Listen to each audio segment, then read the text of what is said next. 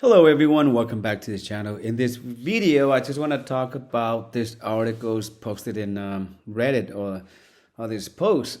So it's by this username Wam Sankas.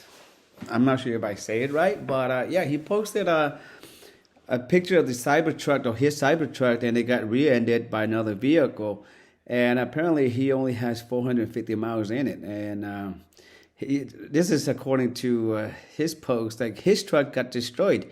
Good, because it was his fault. Now I'll probably wait 3 months for the part. Can't wait for the estimate on this one. But the app is giving me an error when I try to schedule for the service. So we're gonna go down and we're gonna take a look at the picture of the person who hit his Cybertruck.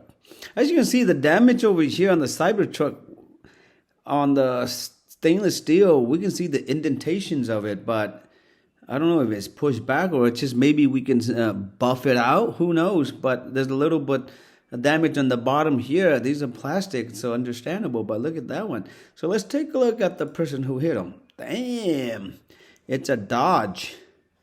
Yeah, that's a lot of damage right there, you can see. So for those people who say and talk bad about the Cybertruck, how it's rusted and all kind of stuff, and it's not worth it, overpriced, all the hype, you can see the damage yourself. All right, so I would take this over this any day. All right, so that's pretty much it for this video, guys. Thank you for watching. Take care, and I'll see you guys in the next video.